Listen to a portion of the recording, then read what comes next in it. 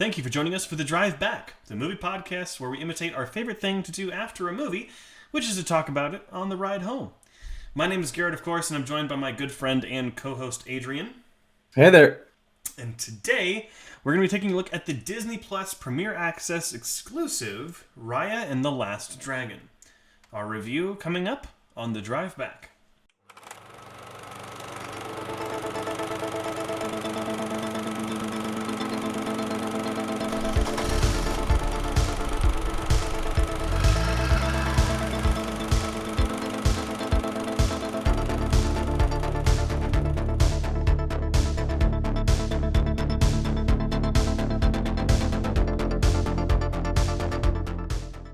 Raya and the Last Dragon is directed by Don Hall and Carlos Lopez Estrada and stars Kelly Marie Tran, Awkwafina, and Gemma Chan. In a realm known as Kumandra, a reimagined Earth inhabited by an ancient civilization, a warrior named Raya is determined to find the last dragon and reunite her civilization. This was a movie announced last year by Disney that had, it had a trailer before COVID, or it was right after COVID. I think so, yeah. Unfortunately, very early March, yeah. Yeah, unfortunately delayed by the pandemic, but it is here now. It is available to watch, and that's exactly what we did over this weekend. But before we get into the review itself, I would like to take a moment to dedicate this episode to my late grandmother, who passed over the weekend. She supported the podcast and supported me and Adrian in pursuing what we want to do with this. And, we miss you. So, rest in peace, please. And let's dive right in. So some general thoughts before moving into this. What did you think? Oh, man, what did I think? I was really torn on this movie. This movie had everything that I like in objects, which is collecting things and going on like an itemized quest. In video games and in kind of my life, I love things that are like in steps. So this movie did hit all those things. I loved the idea of like the different areas and all the stuff without getting into spoilers. It just didn't nail it though. It's almost like they tried for to me, a formula that is like, oh, we can't go wrong with it. And it didn't go wrong, but it just didn't excel. It just seemed so formulaic and so kind of... It just seemed like a generic Disney movie to me. It didn't really stand out amongst what we've been getting recently. I agree and I disagree with you here. It's not possible. No, I'm just kidding. I agree that I feel like it does fall flat in a couple of places. We'll get to those when we talk about spoilers. But where it does succeed is that it presents a Disney movie about a princess that has no musical numbers.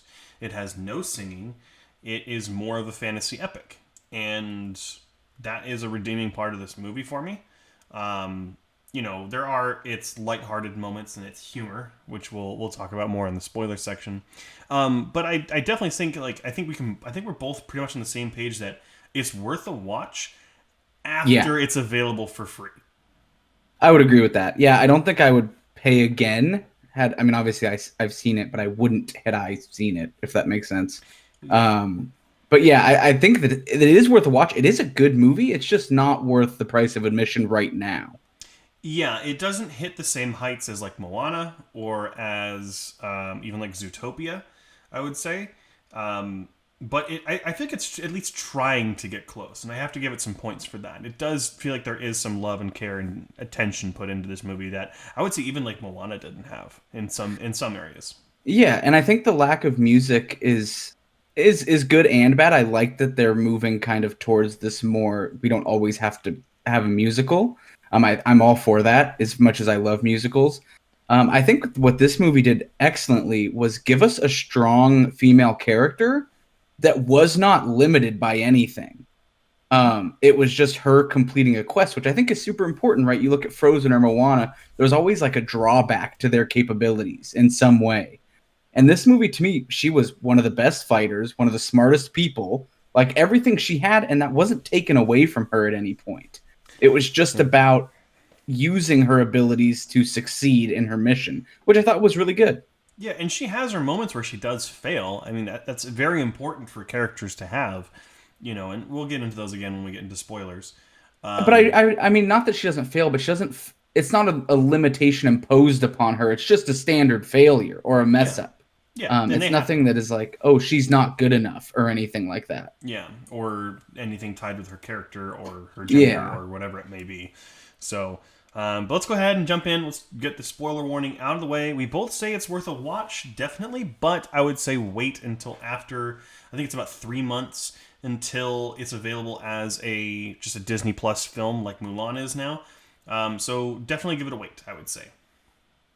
Yep, I would agree. I think in terms of before we get into spoilers of vibes, I would definitely say this movie was trying. It's kind of like a new age Mulan to me in what they were attempting to do with the storyline and everything. Even kind of the idea of like Mushu and all that. So that's kind of what you're gonna get into the original Mulan, not the new one. Obviously, we reviewed the new one. Let's not talk about that, but the old Mulan. Yeah.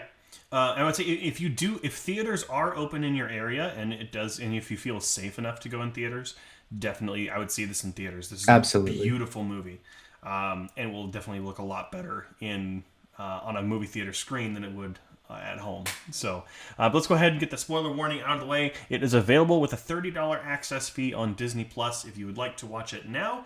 If not, it should be available in about 3 months for free with your standard Disney Plus membership. So spoilers out of the way. Let's go ahead and talk about. I feel like we usually talk about positives first. Let's go ahead and talk about some critiques, some negatives we have with this movie. Because I'm interested to see if your critiques line up with mine.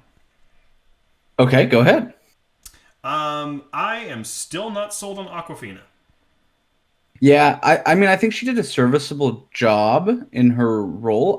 She's one of those actresses that I can't hear anybody else. Yes. Yeah. And I feel like she didn't really try to be anyone else. It's almost like they hired her because she's Awkwafina, and that doesn't resonate with everyone. I'm one of those people. It just didn't hit home, and the humor was a little bit too Awkwafina-ish. It just felt like she was making jokes that didn't fit with the script. It was weird. Or fit with the time period. I mean, like, she was making jokes that kind of felt more at home in, like, Aladdin than it did in this. Yeah. And, I mean, there are people that are going to find that funny, and props to you. It's just not my cup of tea, essentially. When she's making, jokes like, my butt's closer to my head. And I'm like, oh, okay. Why is that something you would need to point out? And I totally get that we're not kids, so that totally might make your 6-year-old laugh. I don't know. But I think it's also just that Awkwafina's character. I forget the name of the dragon. Sisu. Sisu was making jokes that didn't fit the movie, which is why I was kind of leaning into that Awkwafina was making her own jokes. And something too that I saw, I forget which reviewer said this or where I read it, but Awkwafina's character Sisu was making jokes that didn't really fit with the feeling of the movie or the world that they'd built. And one of those jokes was Sisu says, "Oh, it's like when all the kids at school do a project and I didn't do anything, but I turned it in." Like, that doesn't really make sense for the feeling of this fantastical world. It just didn't fit in. And there's a lot of jokes like that that make me that's what I was saying is I leaned into that Awkwafina just made her own jokes. And it didn't really fit as well as I wanted it to. Yeah. And I'm not going to say that she was a miscast because she definitely had... In the moments that were more sincere, she had decent moments. There are parts that were more emotional when she was talking about her brother and sister dragons. It was at least a little more serviceable, I felt like, in terms of a performance. There felt like a weight, especially in the moment when it's between Raya and her villain frenemy girl, and Sisu's like, "Trust me," right? Like, that whole speech, that felt decent. But that could have been done by that was the script. I mean, anybody could have given that line. So, I mean, I don't want to be harsh enough and say it was a miscast, but I guess that's up to you. I guess I would have said I would have been interested to see who else could have played it. She may have been the best choice, but I would be interested to see who else was possible for that. Yeah, it kind of feels like one of those situations like, who do we get that's a comedian that can make the fun, make that role funny. That's a female that's also of Asian descent. Yeah, And like that check all the boxes. and it starts to limit obviously who you can get, and you have to get someone who's done family friendly work. You can't do. I mean, there's that one comedian. I can never remember her name.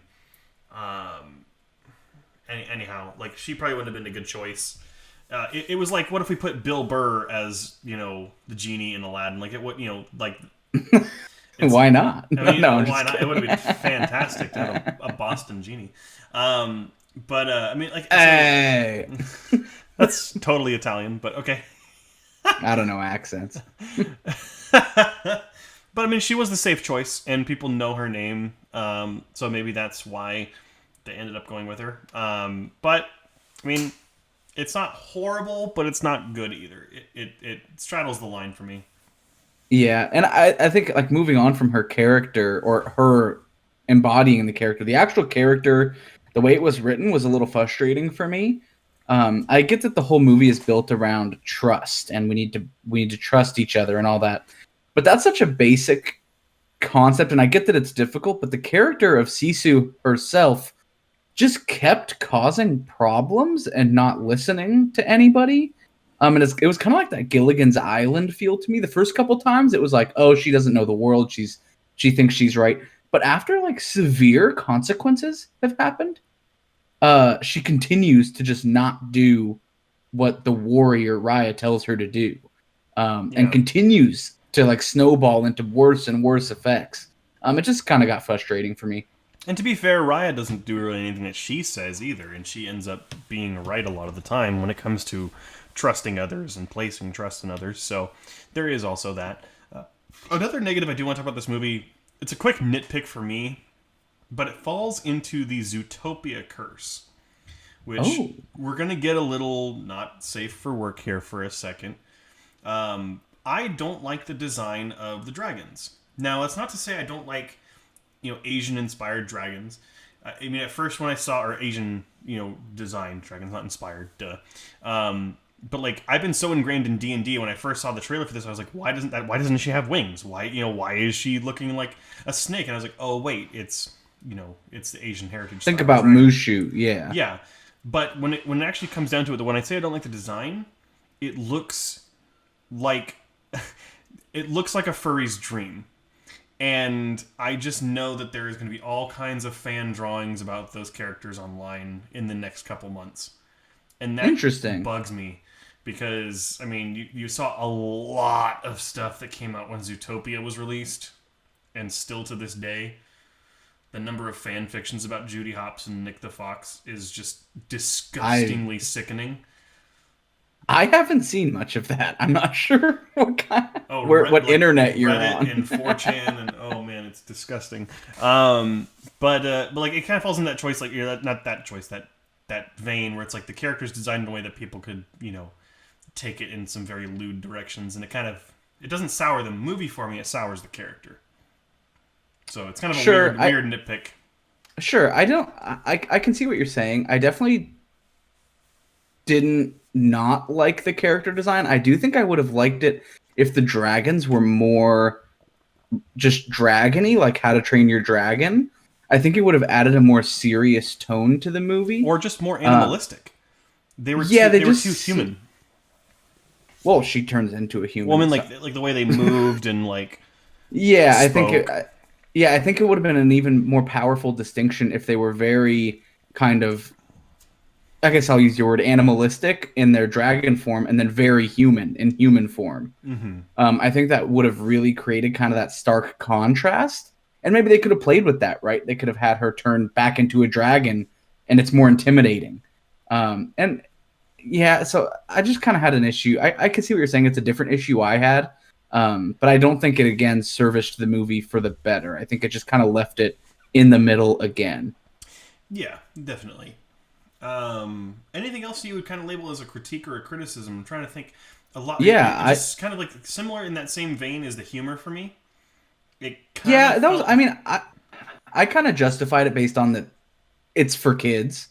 That's where I just kind of like threw. I mean, I didn't like it that much, but like I said earlier, your 6-year-old, 7-year-old kid may love it. Like, that may be the funniest thing they've ever seen. Yeah, but Disney has this such a good track record of making movies that are for kids that are funny, but also funny for adults. And this one didn't really hit that mark for me.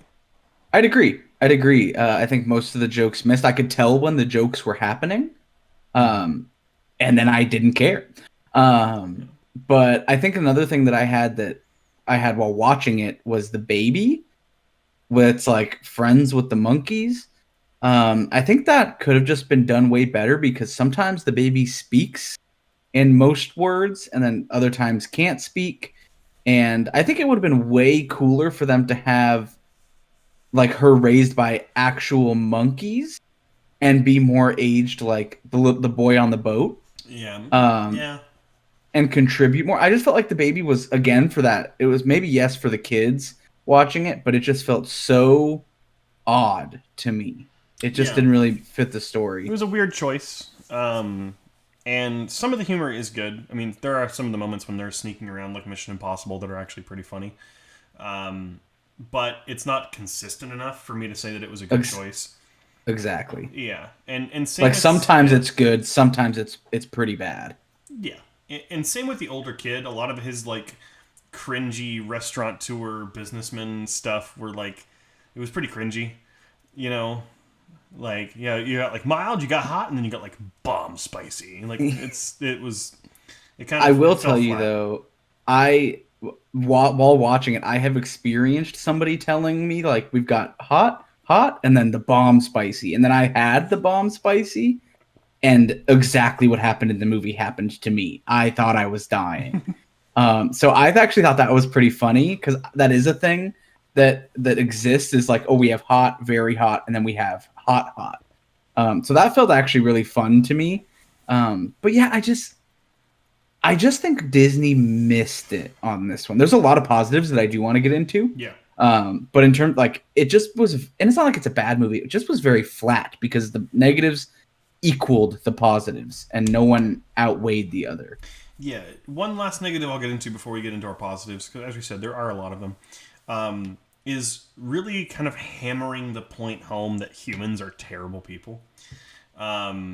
They kind of hammer it home with like the lack of trust between people and that there's always going to be conflict. And while I do agree with those sentiments, it really hits you over the head with how many times it tells you.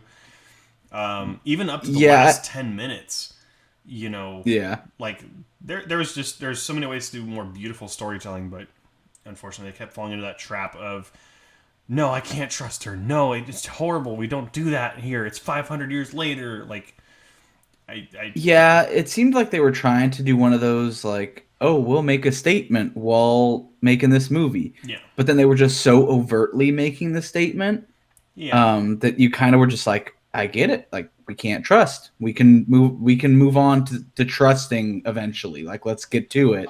And they just kept hounding it. yeah, and just yeah. I mean, it was weird, and it doesn't make a political statement. It's not trying to make a political statement about anyone or anything like that. It's just like over the head. Humans, you don't like to trust each other. Exactly. So, And even in the very beginning when they're doing that exposition section, and she says like the world was all peaceful and then people were people and fought each other. And it was like, okay, like we get it.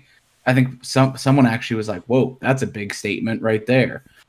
They just dropped a lot of bombs like that were kind of just like, okay, we got it.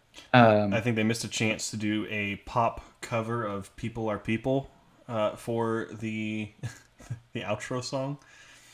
What is people are people? Like, was it like "People are people, so why should it be" like that one? I don't think I've ever heard that song. It's like a classic. It's like a Duran Duran song from like Oh, Duran it's Duran. like always on the radio or something. I don't. Maybe it wasn't Duran Duran. I just sung on the podcast for the first time. It's okay. And I loved it. It was all right. But anyhow, let's go ahead and move to some of the positives. Yes. First off the bat, Kelly Marie Tran as Raya, I thought did a fantastic job. Very excited for her. I don't want to say a redeeming role, but after all the flack she got from Star Wars, it was very nice, and I'm very happy for her to have gotten this because it was great. All the flack that she unjustly received. we Yeah. may add. Those of you out there who were hating on her, you should be ashamed of yourselves. See, she wasn't my. I didn't hate on her character, but Rose was definitely not my favorite And that's character. fine, but going to the lengths of like making racist comments toward her and all Yeah. that kind of stuff, that's pathetic. My whole thing is that Finn should have died in Last Jedi. That's my whole thing. Well, we'll talk about that when we get to the sequel trilogy franchise fever at some point. Yeah, Kelly Marie Tran does a great job in this. Her performance is both emotional and funny at the same time. It's really good. Yeah. She's probably one of the most consistent characters in the movie. The second I would also say is Gemma Chan, who plays her frenemy character. Yeah. So, like they're both they work off each other really well. Both the character wise and the actresses both do a very good job. Yeah, and speaking of kind of the characters, the character design, but also the fight sequences in this movie are very kind of, I don't want to say like Jet Li, Crouching Tiger, Hidden Dragon inspired, but very, very showy, very artistic styles of fighting. And the animation gives each blow a lot of weight. I mean, it feels really good to watch some of these fight scenes. Yes, they're some of the best fight scenes I think I've seen in animation since the Clone Wars series. The last season had a very good fight between Ahsoka and Darth Maul. This is well choreographed, and you could tell that they had, fight choreography on, like, it must have been motion captured because it. Yeah, I was just gonna say, I don't know if they motion captured, but they at least motion captured for the reference. Like they definitely had. It was very real. I don't know how they did it. I haven't looked into the behind the scenes or anything, but it was very, very good. Yeah, absolutely. That was the other point that I was going to get to was the combat. Just felt very good and very well thought out, very well realized. But I think we'd both be very remiss to not talk about how good this movie looks visually. And the water. And the water, specifically, yes. I don't know if Disney found a new water engine, but I always say this, but it's almost like someone figured out how to do water better and then went, I've got it. Water, 100% of the movie, and like figured it out. But the water looks photorealistic at times in this movie. It is crazy. Yes. There are shots where it looks like typical CG water, but like when it does close-ups, it's indistinguishable. There are some shots, like there's a shot of the boat when it's moving across the river and it's going past a forest. That looked real. Yeah. I know you remember I turned to you and was like, that looks real. Like, yeah, when the water is like the focus of the scene or whatever is happening is in the water is absolutely incredible. I haven't seen simulations of water that good in animation. I don't know if ever. I don't know. It was absolutely incredible. Yeah, it looked fantastic, and I can't wait to see what Disney does next, hopefully with that engine, or if they're going to lease that Atlantis reboot. Please do live action Atlantis. We need it. But anything else you want to point out? Because the other thing I want to talk about was the score, too. The score actually, while it didn't have a standout theme, it fit the movie very well. And I felt like each of the different 5 regions had its own sound. Yeah, and I completely agree with you. I thought the sound was really excellent. I always say that if you can notice the score, then it's either really good or really bad, and this one was good. There were definitely times where I heard the music and I felt it and it fit. And that kind of leads me into that each of the 5 regions that she goes to, they did such a good job in making them feel so distinctly unique from each other. Every time you were in one, you knew where you were. It had a completely different structure and feel to it. The clothing, the look of the ground, the dirt, everything was very, very unique based on where she was in the regions. Yes, and that's one of the biggest parts. Like in a movie like this, where the world is as diverse as they make it out to be, if it doesn't sound different with each region, it's not going to feel like you're going somewhere. If the music's the same from one region to another, you're going to feel like you walked 10 minutes, not 20 miles or whatever it might be. Exactly. So it's very, very important, and this movie does it pretty well. And of course, James Newton Howard, a very accomplished composer, does the score for this movie, weaving traditional score with some Southeast Asian inspired music here and there, which really gives it an energy that I don't think I was expecting.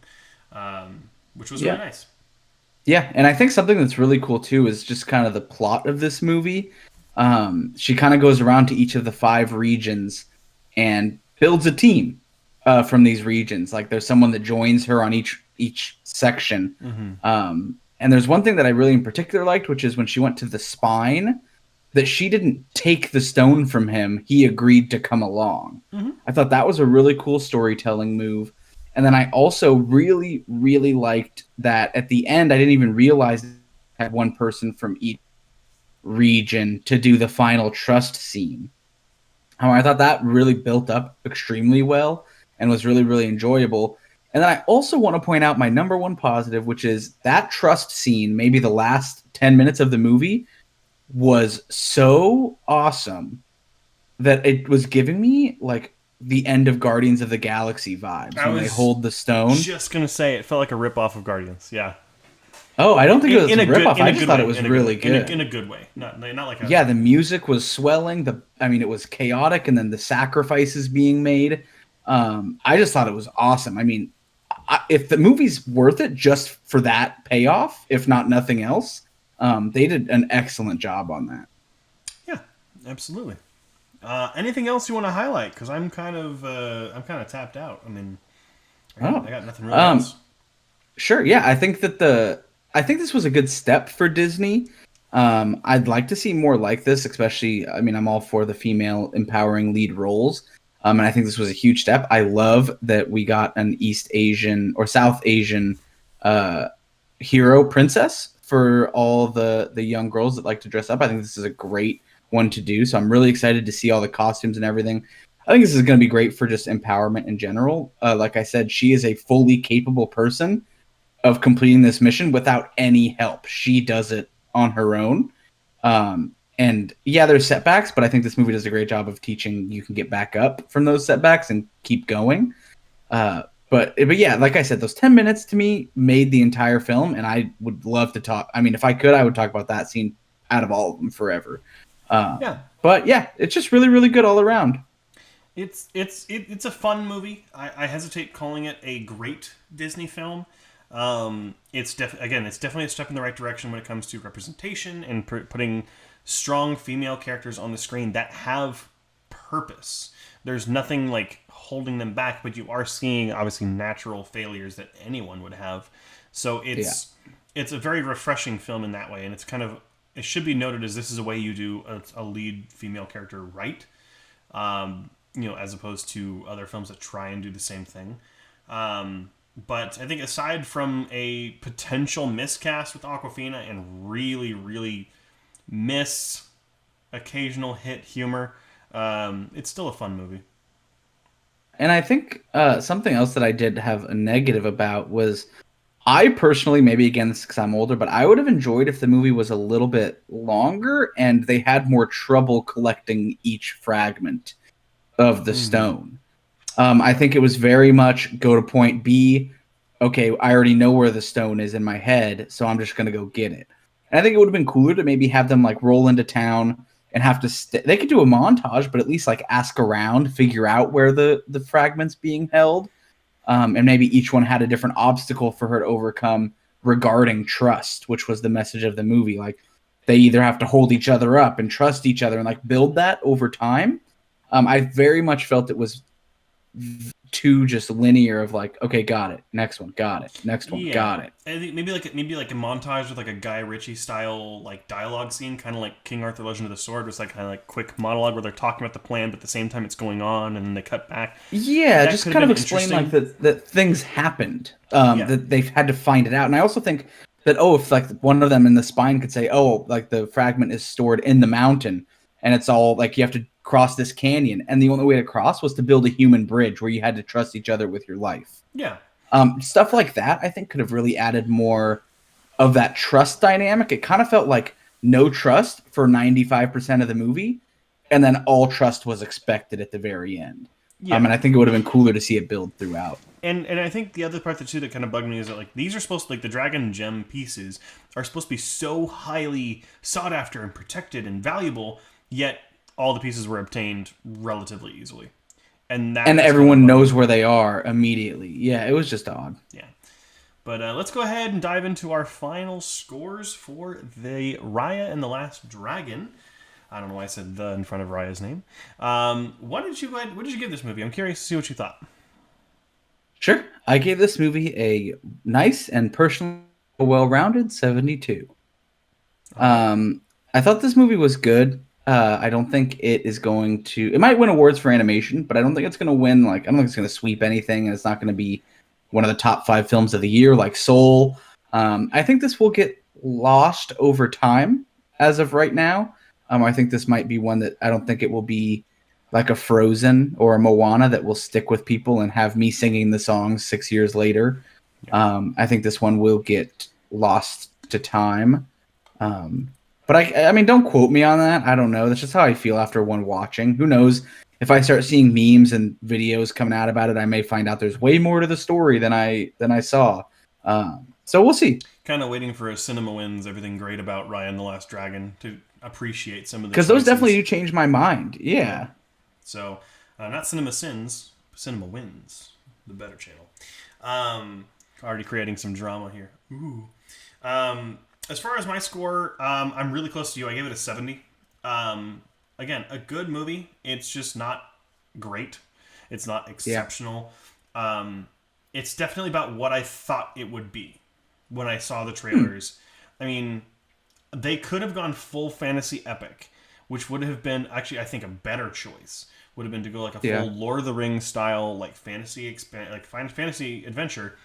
But I remember from the first time I saw the roly-poly bugbear thing, Tuk-Tuk, and the baby with the monkey companions, I was like, okay, this isn't going to be a movie I should take seriously. And I didn't, in a good way, right? You kind of just tune it out because you're like, okay, it's meant for kids. But it's still a fun movie. It's still a very gorgeous-looking movie, and hopefully the animation style stays going forward. Yeah, I'd agree. I think, the animation style, I would love to see something else. Again, hopefully we get Atlantis. With all these water effects, I think it's time. Mm-hmm. So fingers crossed. Well, either that or a live-action one. Just give it to us, please. Either one, yeah. With Tom Holland and Zendaya. Please just do it. Anyhow, go ahead. Oh, I was going to say they already look like the characters, so that's why not? That's why. But that's going to bring us to an end for this episode of The Drive Back, a review for Raya and the Last Dragon. Remember, we have new episodes that come out every Monday here on YouTube or here on Spotify, Apple Music, wherever you're listening to any of this or watching this. New episodes come out every Monday. Make sure you follow us on our social media, either at The Drive Back or either of us individually. We usually post when new things come out. All that information is in the channel description. And we will see all you guys later. We got some pretty good stuff coming up. So, and if you're watching on YouTube, go ahead and subscribe if you found us interesting. Yes. And go ahead and remember to hit the bell if you do subscribe, because we do post every Monday. So always got content coming. And it's always, we got now streamings, we got old movies, we've got double features. I mean, we talk about everything. So if you want to stay up on kind of movie news or what's going on, this is definitely the place. Absolutely. And please leave comments if there's anything that you would like to see us cover or anything you want to see us talk about. There are a lot of movies out there, but sometimes we kind of just forget what we want to watch. So we're definitely always up for those suggestions. But Adrian, I've got this weird feeling inside me that What? Are you okay? I don't know. I think I need to see a doctor, but maybe he can. I think you need to see a movie. Maybe you beat me to it. Dang it! All right, yeah. So what do we always go say? Watch a movie. Go watch a movie. This one, I would say, wait a little bit. I think 3 months or maybe 3 weeks or however long it takes to come. Until it's free. But once it is free, highly recommend. The only reason I think we're kind of holding back is because we did pay for it. Yeah. Which kind of always adds that kind of this better be worth it mentality. But once it's free, absolutely, I think a must watch, especially if you're a Disney fan. But yeah, go watch any movie. We have a bunch on here. We have a whole list of movies that you can go watch that we've watched, and you can listen to our thoughts as well. But any movie's fine. Just go out there and experience something. Absolutely. Could not agree with that anymore. So thank you for joining us for The Drive Back, and we will see you next week. Thank you for listening to this episode of The Drive Back. Make sure to be on the lookout for new episodes every Monday, and make sure to follow us on social media.